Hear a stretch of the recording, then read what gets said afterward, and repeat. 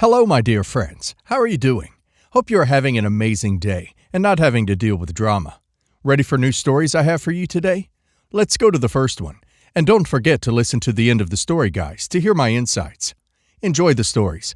And don't forget to like and subscribe. And of course, don't forget to leave a comment. My ex recently started dating the love of her life and bull rushed to move in with him quickly. She had been roommates with a friend of hers and burned a bunch of bridges on her mad dash to be with Mr. Right. It didn't work out. He is now giving her until sometime this week to be out of his apartment. She's not on the lease and has only been there for about a week.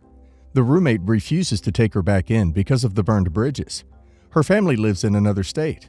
So she sent me a text saying that she was coming over to stay with me for a little while. I told her no.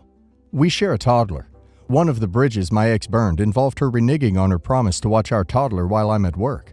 I'm the custodial parent, because she would need the time to bond with the boyfriend.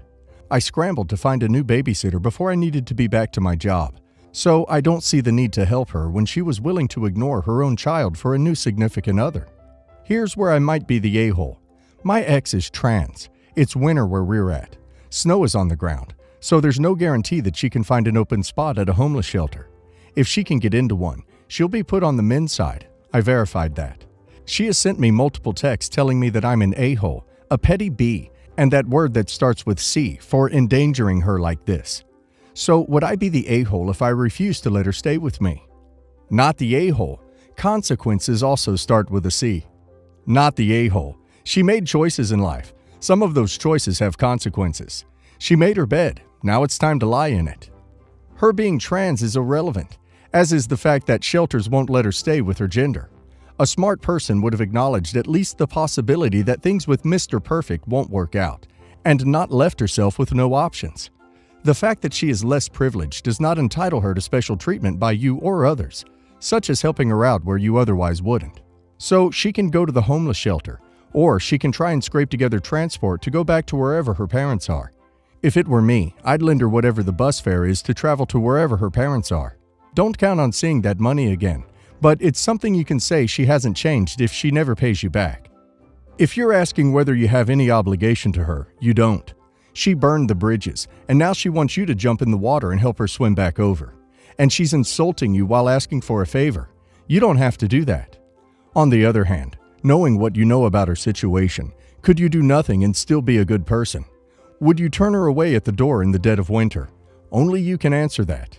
Maybe she has other options. She must know other people. Maybe she doesn't. No judgment. Life is just crap sometimes, and it's not as simple as saying it's her fault I don't give a crap anymore, even though it is her fault. I, 28 female, just recently got married to the love of my life, 30 male, 4 months ago.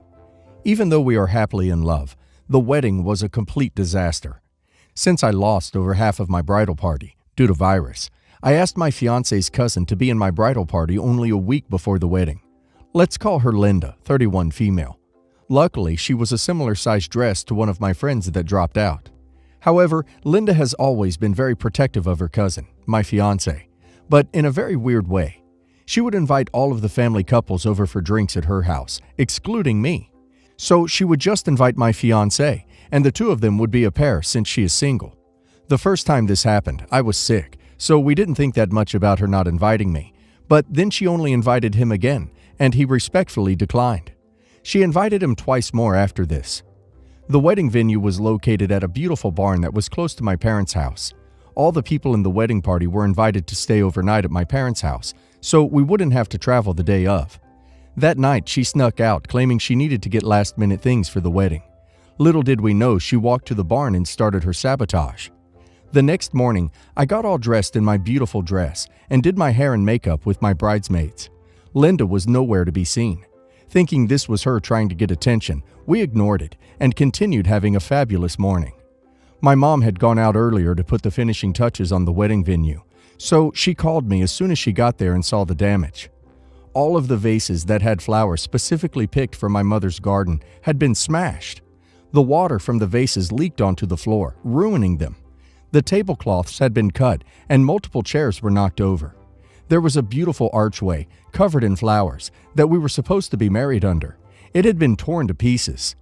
When I first heard the news, I had no idea what to do first. We only had 45 minutes until the wedding started, and guests would arrive soon.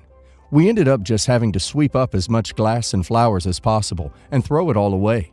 The arch was unsalvageable, and we had to get plastic tablecloths from my parents' attic to replace the cloth ones she had handmade. 2 weeks later, in a typical Linda drunken state, she confessed that she had been the one to destroy my wedding. I'm refusing to speak to her. My fiancé's family has been pushing me to forgive her and says that she only reacted that way because she is very protective over her cousin and doesn't think I'm good enough for him. My fiancé has taken my side, and now the family is split. It's possible that I have overreacted, but I'm not sure. Am I the a-hole? Not the a-hole. This is not being protective. This is being possessive. You'd be a fool to let her back into your life. She only reacted that way because she knew she could get away with it. Don't let her. Not the a-hole. Your husband's cousin sounds kinda dangerous, to be honest. This sounds like the beginnings of a stalker movie.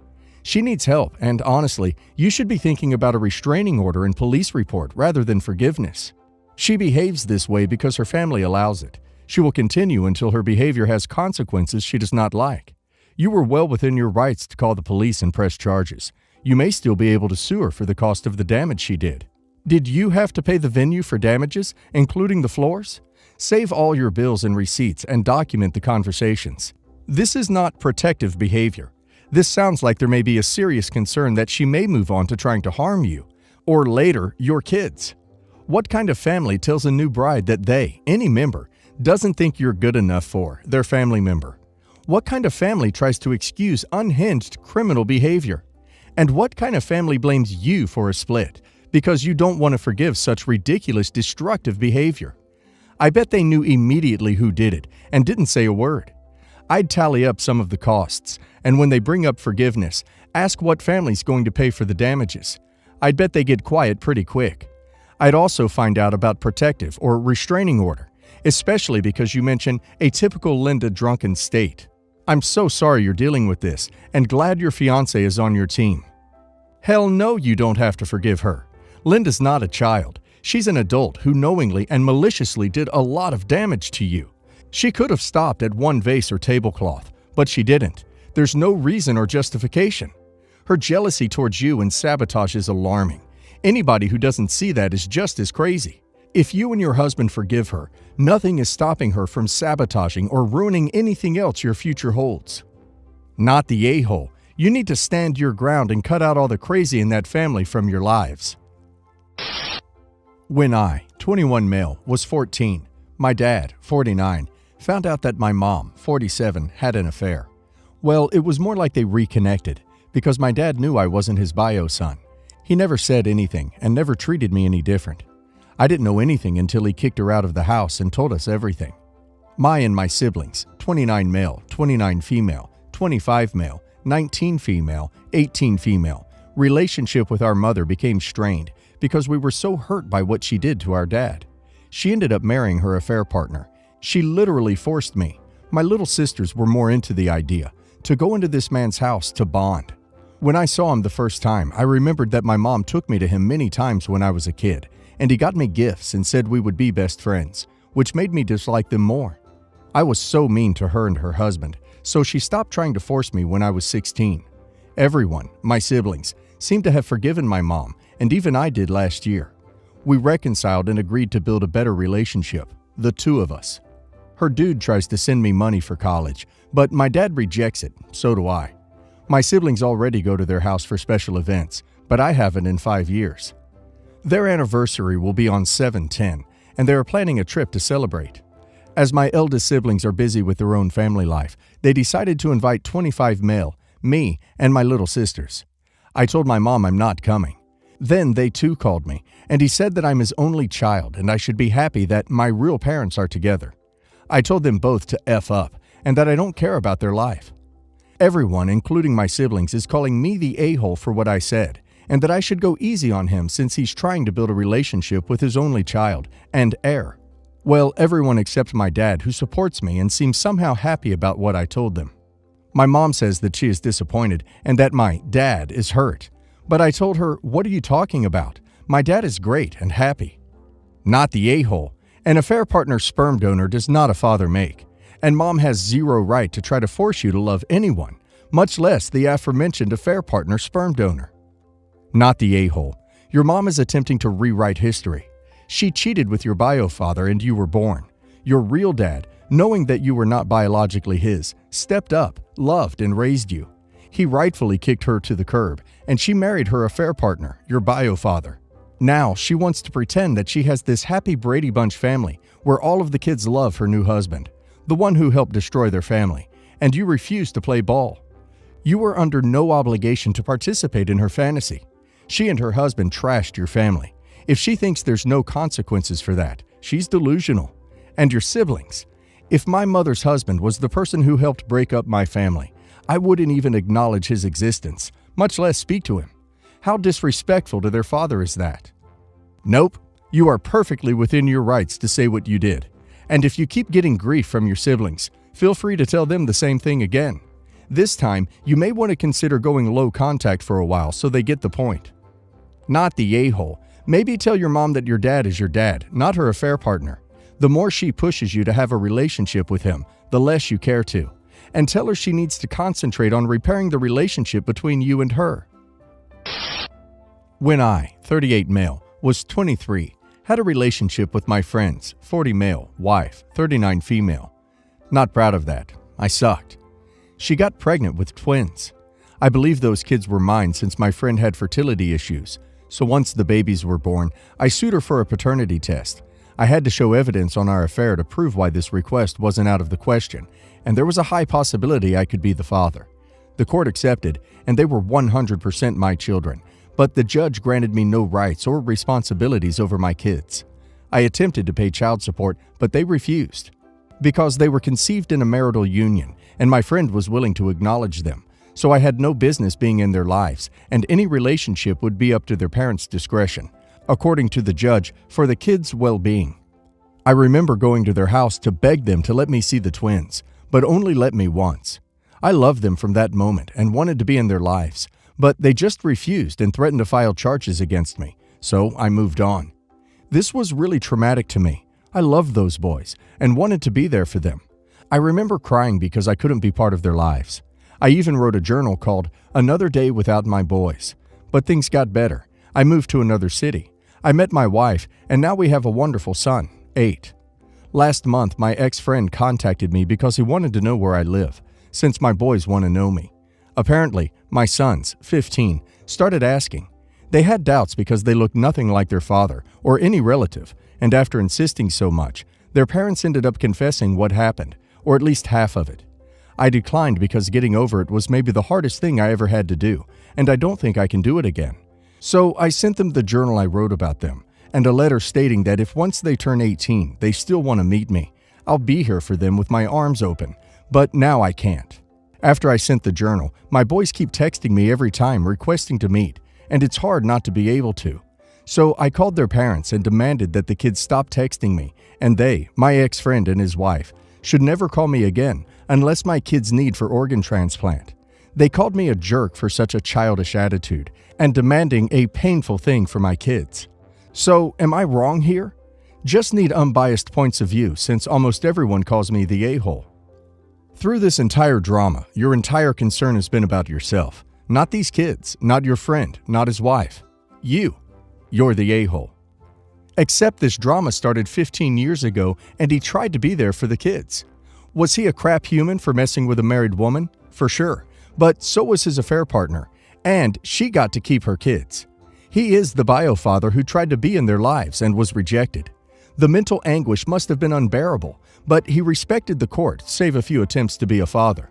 The kids have been screwed over by their adopted father and bio mother, who has the opportunity to have him in their lives.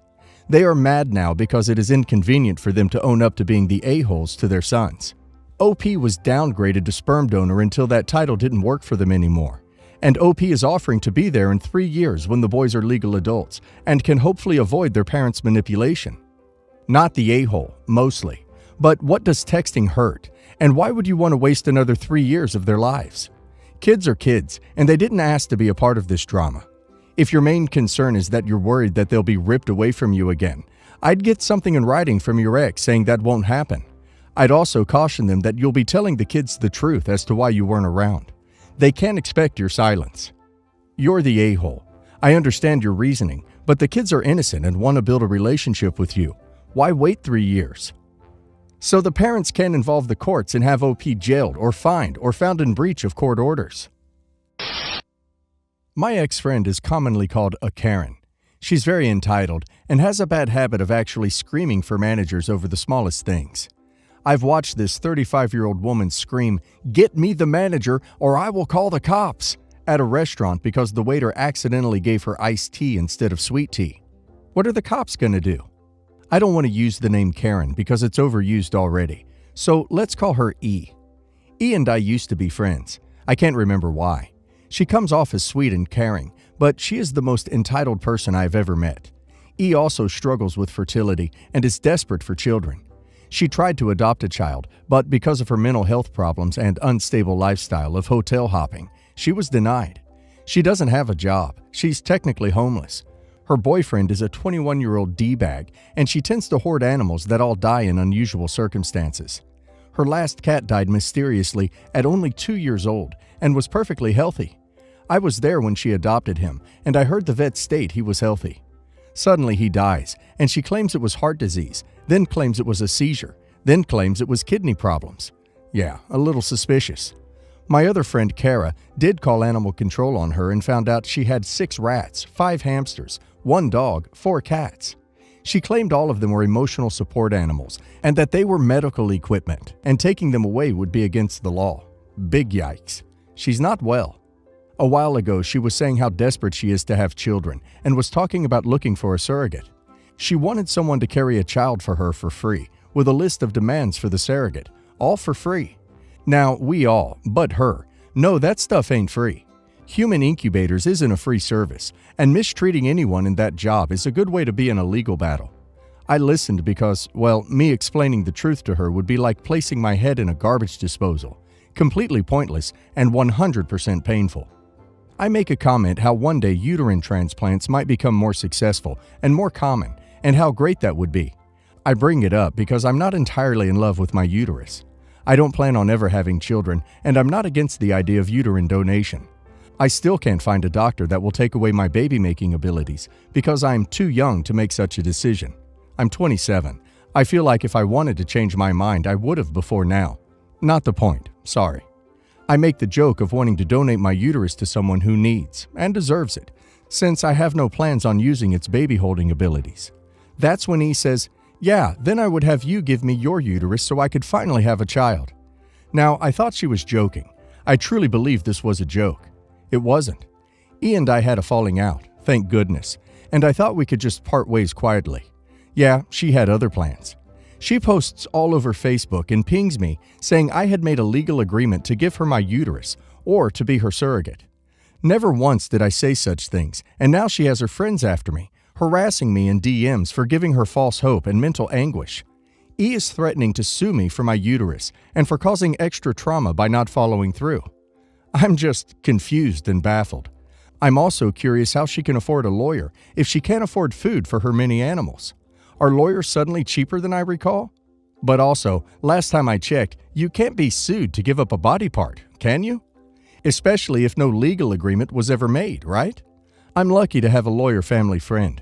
He's agreed to help me set up a meeting with a colleague of his if this turns serious. It's doubtful it will, but he is definitely having a public meltdown over our friendship ending. Just tell E to ducking shove it. She sounds full of BS if you ask me. Ain't no way in hell she actually has a lawyer if that is her living condition. Scare tactics at its finest. No sane lawyer would take this case, and by her lifestyle, she probably can't afford one. I wouldn't worry about her idle threats. Glad you had a falling out. She will only get worse as she ages. Take all the messages from her and friends to an attorney. Get a restraining order and a cease and desist order. Let her know there will be real consequences to her continuing harassment. Get at least one camera for your home. The more the better. She's not stable. Who knows what she will do? Do not under any circumstances make up with this ex-friend, no matter what she says.